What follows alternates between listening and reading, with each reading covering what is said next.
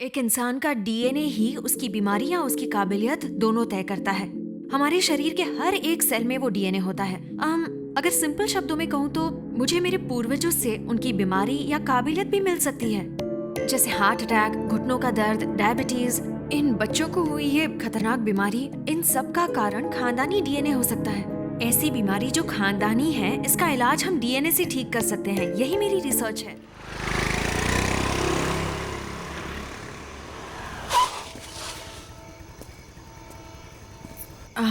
क्या तुम कल सुबह 10 बजे फ्री रहोगे?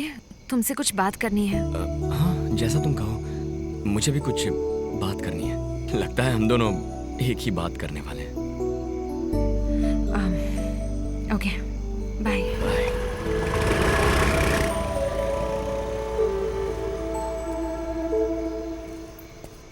अरे चाचा, कौन थी वो लड़की? आपने देख लिया? मेरी दोस्त है। रुकिए, बुलाता हूँ। रुक जाओ।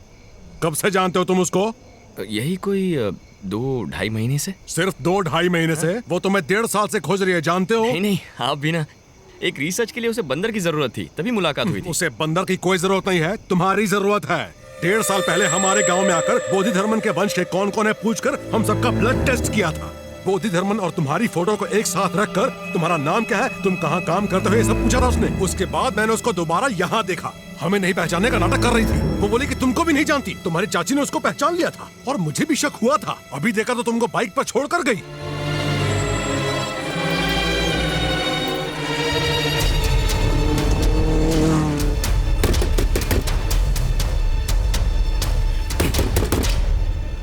अरविंद, क्या हुआ तुम्हें? अभी तो ड्रॉप करके आई थी। कौन हो तुम? 1.5 साल से मुझे फॉलो क्यों कर रही हो? बताओ। अरविंद, आखिर तुम मुझसे चाहती क्या हो? हाँ?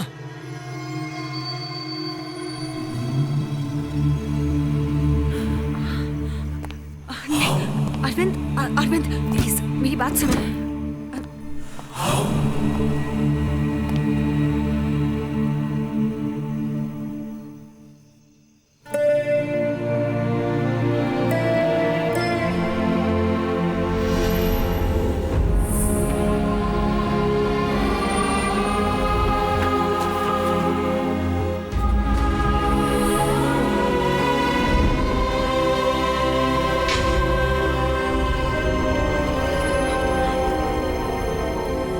तो सब कुछ प्लान था। प्लान बनाकर मुझे धोखा दिया। अरविंद, मैं इसी बारे में तुमसे कल बात करने वाली थी। मैं एक रिसर्च कर रही हूँ। पागल था मैं तुम पर विश्वास किया। ये तेरे पीछे क्यों पड़ी है, सबने पूछा मुझसे, लेकिन मेरे भेजे में बात घुसी ही नहीं। झूठ झूठ, बस झूठ बोलती रही। मेरे जीते जी मेरा पोस्टमार्टम कर दिया। मैं तुम्हें सब कुछ पहले ही बताने वाली थी। क्या बताने वाली थी? ये चूहा, ये खरगोश, इन पर भी रिसर्च करती हो? देखो, मैं तुम्हें सब कुछ समझाना चाहती थी, लेकिन तुम तो ये सोचने लगी कि मैं तुमसे प्यार करती हूँ। अगर मैं तुमसे कह देती कि मैं तुमसे प्यार नहीं करती तो तुम रिसर्च के लिए कभी राजी नहीं होते। इसी डर से मैंने तुम्हें अब तक कुछ नहीं बताया। सिर्फ थोड़ा सा हंस खेल लेने से प्यार नहीं हो जाता अरविंद। बकवास बंद करो। तुम मुझे ढूंढते हुए आई थी। अपना काम निकालने के लिए कुछ भी कर देती, किसी भी हद तक गिर जाती। बस करो अरविंद, तुम किसी और मतलब से ये बात बोल रहे हो। हाँ, मैं उसी मतलब से बोल रहा हूँ। लड़कियों से ना मिलना ये तुम्हारी गलती है, क्योंकि तुम्हारी परवरिश हाथी, ऊंट जैसे जानवरों के बीच ही हुई है। उस पे एक लड़की ने हंसकर बात कर ली तो प्यार हो गया।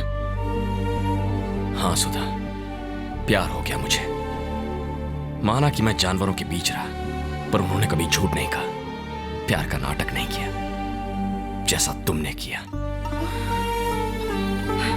पता है तुम्हें, उन जानवरों से प्यार करना गलत नहीं था, पर तुमसे प्यार करके गलती कर दी, है ना? सही कहा। प्यार के अलावा तुम्हें पता भी क्या है? भाड़ में जाओ तुम और तुम्हारा प्यार।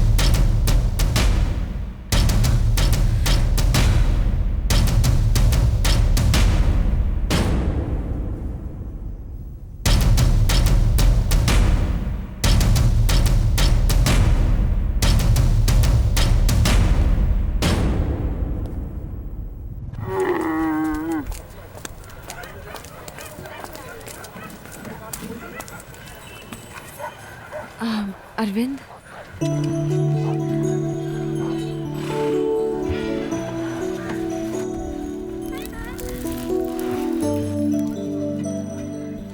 मेरा पीछा नहीं छोड़ोगी?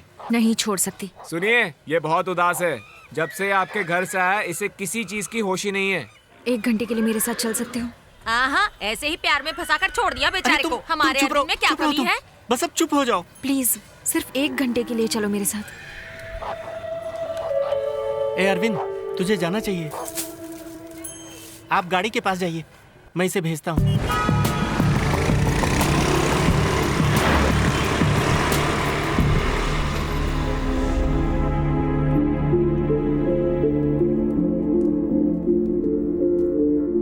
यहाँ क्यों लेकर आई हो? आओ बताती हूँ। यहाँ रखी हुई हर चीज के पीछे एक कहानी है। हम लोग इस देश के सच्चे नागरिक नहीं हैं। हजारों साल पहले इस देश को वीरता और सभ्यता जिन्होंने सिखाई थी, वही सच्चे नागरिक हैं।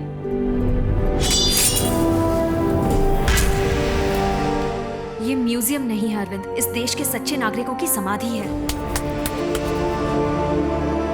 अगर मैं कहूँ कि आज की मॉडर्न साइंस की विद्या से वो लोग 500 साल आगे थे तो तुम विश्वास करोगे? साइंटिस्ट ने स्पेस रिसर्च से ये बताया है कि 9 ग्रह हैं। वो टेलीस्कोप से देखकर बता रहे हैं। लेकिन हमारे इस देश में आज से हजारों साल पहले लोग मंदिरों में 9 ग्रहों की पूजा करते थे। कैसे? धरती का रेडियस 1500 साल पहले आर्यभट्ट ने कैसे बताया था? आज अगर बोलते हैं बारिश होगी तो धूप निकलती है, अगर कहते हैं धूप निकलेगी तो बारिश होती है। यही है मॉडर्न साइंस।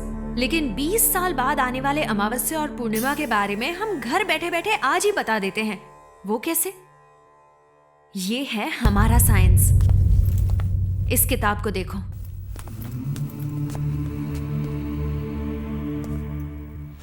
इस किताब का और मेरा कोई संबंध नहीं है, लेकिन तुम्हारा इस किताब के साथ संबंध है। पता है ये किताब किसने लिखी है? ग्रेट मास्टर बोधि धर्मन। एक भारतवासी, उन्हें दूसरा बुद्ध मानते थे।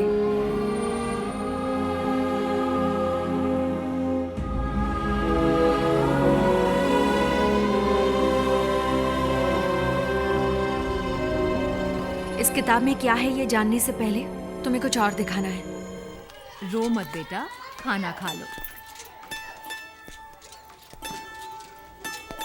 इन बच्चों को देखो, इन सबको कैंसर है। 7-8 साल के बच्चों को कैंसर हो गया। इनकी क्या गलती हो सकती है? इतनी सी उम्र में इन्होंने ऐसा कोई नशा भी नहीं किया कि इन्हें कैंसर हो जाए।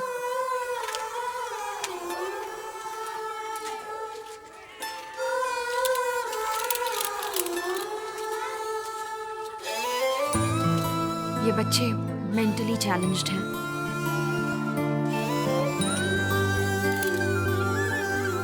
दूसरे सभी बच्चे खुशी से स्कूल जाते हैं, पर सिर्फ ये जीने के लिए संघर्ष कर रहे हैं। क्या वजह हो सकती है इसकी? जेनेटिक डिसऑर्डर, जो जन्म से ही होता है। एक इंसान का डीएनए ही उसकी बीमारी या उसकी काबिलियत दोनों तय करता है। हमारे शरीर के हर एक सेल में वो डीएनए होता है। अगर सिंपल शब्दों में कहूँ तो मुझे मेरे पूर्वजों से उनकी बीमारी या काबिलियत भी मिल सकती है, जैसे हार्ट अटैक, घुटनों का दर्द, डायबिटीज। इन बच्चों को हुई ये खतरनाक बीमारी, इन सब का कारण खानदानी डीएनए हो सकता है। ऐसी बीमारी जो खानदानी है, इसका इलाज हम डीएनए से ठीक कर सकते हैं। यही मेरी रिसर्च है। अरे हाँ, एक और खास बात, इस रिसर्च से गुणों और काबिलियत को भी आसानी से वापस लाया जा सकता है। एक चित्रकार और एक वीर पुरुष के वंशजों के डीएनए में वो काबिलियत अभी भी होगी। उस डीएनए को ट्रिगर करके हम उस काबिलियत को वापस ला सकते हैं। इसी के बारे में बोधि धर्मन ने 1600 साल पहले उस किताब में लिखा है।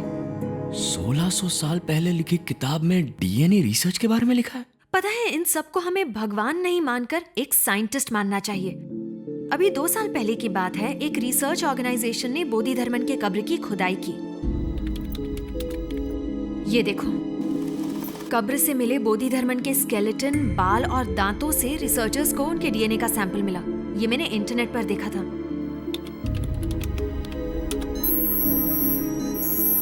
ये है बोधि धर्मन का डीएनए।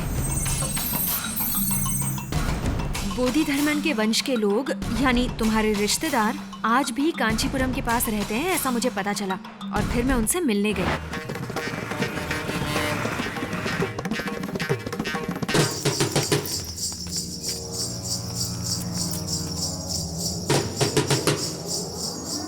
बोधिधर्मन का डीएनए पैटर्न तुम्हारे किसी रिश्तेदार से मैच करेगा, ये सोचकर मैंने उन सब का ब्लड टेस्ट किया।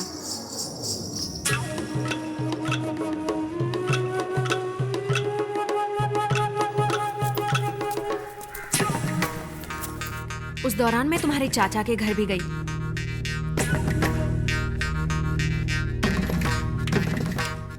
पर वहां कुछ देखकर मैं हैरान हो गई। दीवार पर लगी तुम्हारी फोटो बिल्कुल बोधिधर्मन जैसी लग रही थी।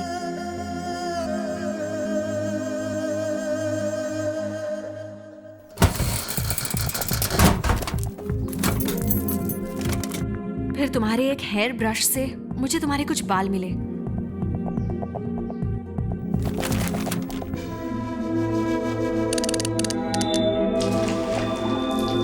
जैसा मैंने सोचा था, तुम्हारा डीएनए पैटर्न बोधिधर्मन के डीएनए पैटर्न से 83% मैच हो रहा था।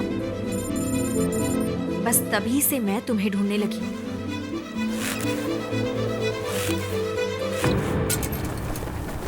सर्कस में चोट लगने से जब तुम्हें हॉस्पिटल में भर्ती किया गया तो मेरी रिसर्च की सारी जरूरत की चीजें मैंने डॉक्टर से ले ली। बोधिधर्मन के गुण मुझे तुम्हारे डीएनए में मिले। इसे जेनेटिक मेमोरी कहते हैं। उस डीएनए को ट्रिगर करने से बोधिधर्मन की काबिलियत तुम्हारे अंदर आ जाएगी।